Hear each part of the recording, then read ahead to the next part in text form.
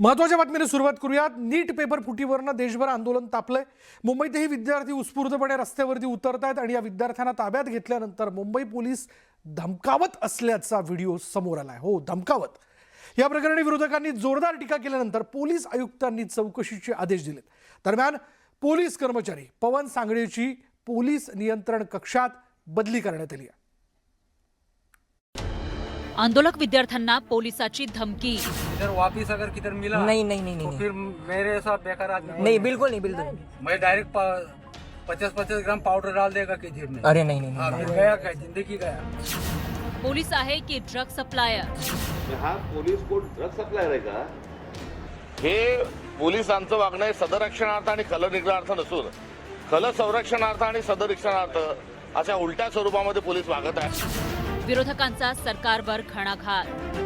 50 खोक्यांवरनं 50 ग्रॅमवर कधी केले कळलंच नाही।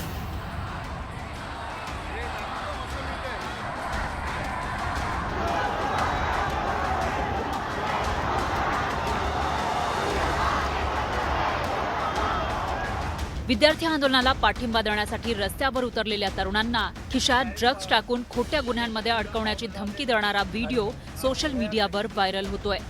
पहा हा पोलीस कर्मचारी आंदोलक विद्यार्थ्यांना कशा प्रकारे धमकावतोय। समझे कसम से घर पे इधर वापिस अगर किधर मिला नहीं नहीं नहीं तो नहीं, फिर मेरे साथ बेकार आदमी नहीं, बिल्कुल नहीं, बिल्कुल नहीं। मैं डायरेक्ट 50-50 ग्राम पाउडर डाल देगा कि जेब में। अरे नहीं नहीं हाँ, नहीं, फिर गया क्या, जिंदगी गया। नो जामीन। वो तो सर वो तो और ही खराब तुम लोग की वजह से हम लोग को तकलीफ है अभी।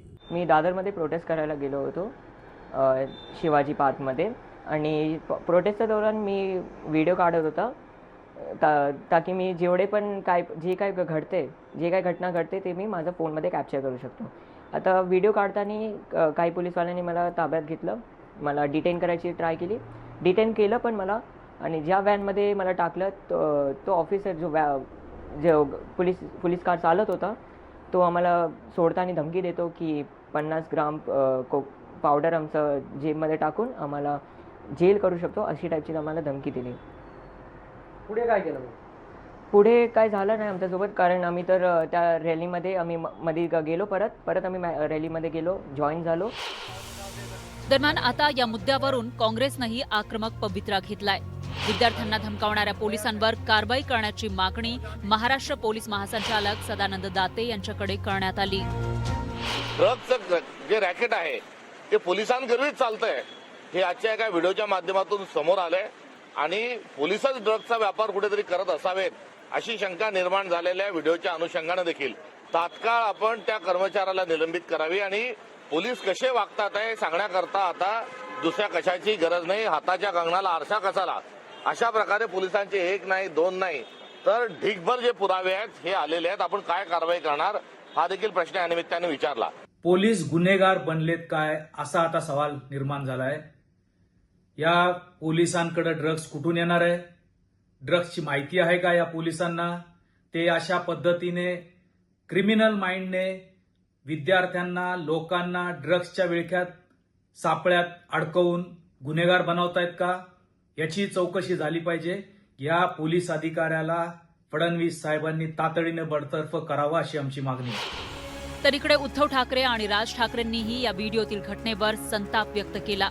विद्यार्थ्यांना धमकावणाऱ्या पोलिसावर कारवाईची मागणी केली आहे।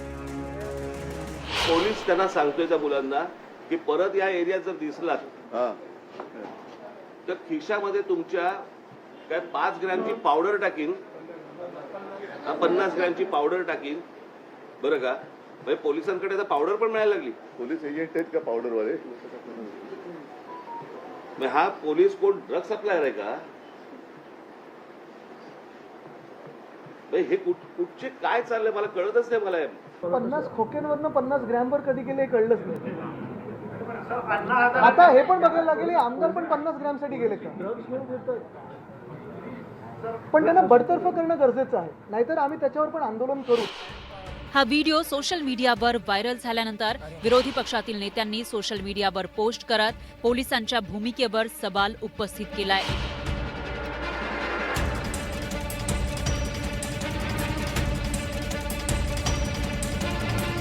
या व्हिडिओमध्ये विद्यार्थ्यांना धमकावणारा पोलीस कर्मचारी पवन सांगळे असून तो सायन पोलीस ठाण्यात चालक म्हणून कार्यरत असल्याची माहिती मिळतेय.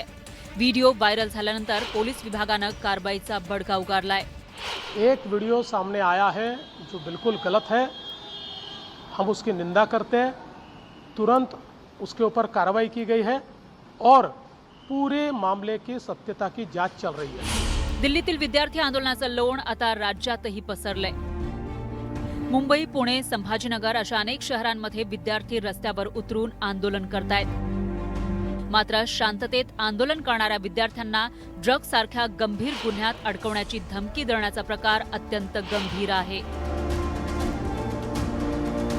समझे कसम से घर पे इधर वापिस अगर किधर मिला नहीं नहीं नहीं तो नहीं फिर मेरे साथ बेकार आदमी नहीं बिल्कुल नहीं बिल्कुल नहीं. मैं डायरेक्ट 50-50 ग्राम पाउडर डाल देगा की जेब में. अरे नहीं नहीं हाँ, नहीं फिर गया काय जिंदगी गया.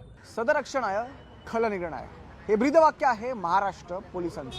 याचा अर्थ असा होतो की महाराष्ट्र पोलीस हे सज्जनांचं रक्षण करण्यास आणि दुर्जनांवर नियंत्रण मिळवून त्यांचा नायनाट करण्यास कटिबद्ध आहे. पण पोलिसच जर अशा प्रकारे या निष्पाप मुलांना धमकावण्याचा प्रयत्न करत असेल तर सरकारने त्याची गंभीर दखल घेणं आवश्यक आहे. ब्युरो रिपोर्टसह न्यूज 18 मराठी, मुंबई.